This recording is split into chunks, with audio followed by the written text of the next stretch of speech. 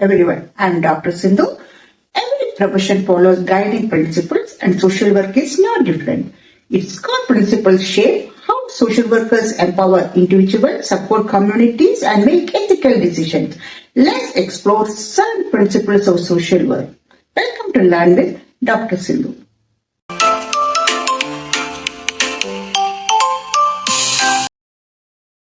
These are the 7 principles of social work we are going to discuss today. So, acceptance, individualization, non judgmental attitude, purposeful expression of feelings, controlled emotional involvement, self determination, and confidentiality. Let's discuss on each one.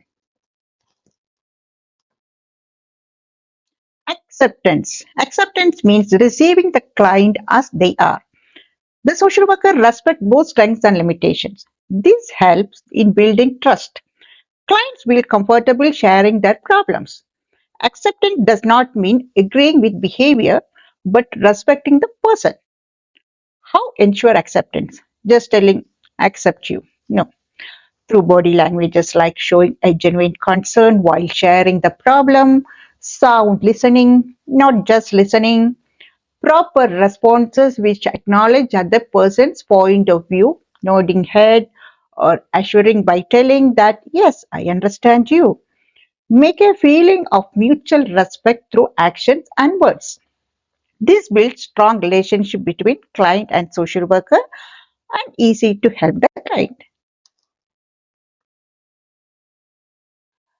The principle of individualization in social work means recognize that every client is unique. No two people have the same experiences, problems, strengths, or needs. So, as social workers, we must begin where the client is, not where we think they should be. This means we should listen carefully, give undivided attention, and try to understand the client's situations from their point of view. We should not compare clients, not judge them, and not label them based on their background or behavior or appearance. For example, imagine two students are performing poorly in school. One student may have some struggling because of family problems. Another may have learning difficulties. If we treat both them equally and we give the help equally, the help may not be effective. Individualization means understanding each student's unique situation and giving support accordingly. Another example, a widowed mother may appear angry during counseling. Instead of labeling her as difficult, the social worker should understand that her anger may come from grief, stress, and fear about the future. So, individualization requires us to avoid bias and prejudice, respect diversity, and understand human behavior. When we treat each client as a unique individual, the client feels respected, understood, and more willing to accept help. Non-judgmental attitude is one of the most important principles in social work. It means that the social worker should not criticize, blame, or label the client for their behavior, lifestyle, or decisions. Instead, the worker should try to understand the client's situation with empathy, respect, and acceptance. The focus should be on understanding the problem, not judging the person. Every client comes from different social, cultural, and economic backgrounds. If a social worker judges the client may feel ashamed, afraid, or unwilling to share the real problems. But when the worker shows a non judgmental attitude, the client feels safe, free, respected, and more open to communication. This helps in building trust and effective helping relationship. Example. Suppose a young student comes for a help and say he failed exams because he was addicted to mobile games. A judgmental response, how it will be? You are irresponsible and careless.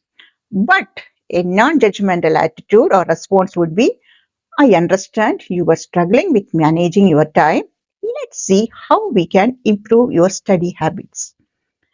This approach respects the client and focuses on problem solving rather than blaming. Their Therefore, non-judgmental attitude helps in building trust, encouraging openness, and promoting positive change. Purposeful expression of feeling is the principle that clients should be encouraged to express their emotions in a constructive and meaningful way. In social work, feelings are seen as important signals that help us understand a client's experiences, needs, and challenges. Expressing emotion purposefully allows clients to release stress, gain insight, and work forward solutions. Social workers guide clients to express their feelings without harming themselves or others and to use their emotions as a tool for growth. It is not just venting, but expressing feelings in a way that lead to understanding and problem solving. Example: a woman dealing with workplace harassment may feel anger and fear. A social worker can encourage her to express her feelings by talking about the experience in a safe environment, keeping a journal, a role play, or assertive communication. Instead of suppressing her emotions, she can channel them to seek support, report the harassment, and plan steps to protect herself. By promoting purposeful expression of feelings, social workers help clients manage emotions, reduce stress, and take positive actions in their lives. Controlled emotional environment means that a social worker shows empathy and understanding towards a client's feelings without becoming emotionally overwhelmed or biased. It ensures that the worker stays professional while building a supportive relationship. Too much emotions can cloud judgment, while too little can make the client feel uncared for. Example: if a client shares a story of domestic abuse, the social worker may feel sadness or anger. Controlled emotional involvement means acknowledging these emotions internally but responding calmly and supportively. I understand this is very painful. Let's see what steps we can take to help you. This balance helps maintain trust, clear thinking, and effective support. Self-determination means that clients have the right to make their own choices and decisions about their lives. Social workers respect this right, providing guidance and information without forcing solutions. It empowers clients to take responsibility and develop independence. For example, a young adult wants to start a small business but fears failure. The social worker can provide advice, resources, and planning help, but ultimately, the decision to start the business rests with this client. Respecting self determination builds confidence, responsibility, and active participation in solving life challenges. Confidentiality is a core principle of social work. It means that all information shared by the client is kept private and only used to help the client.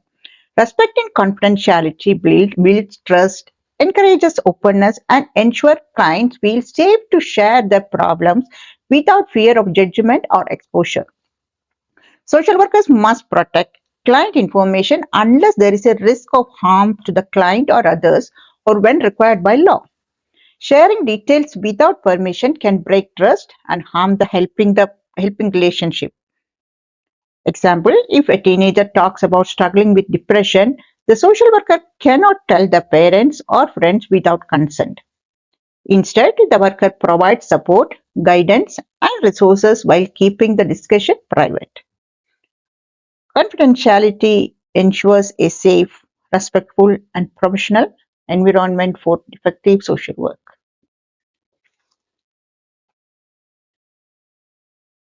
In essence, the principles of social work are more than guidelines, they are the heart of the profession, ensuring that every action we take uplifts, empowers, and respects the people and communities we serve. Hope you all understood principles of social work clearly. Thanks for watching. See you with another topic to learn with Dr. Sindhu.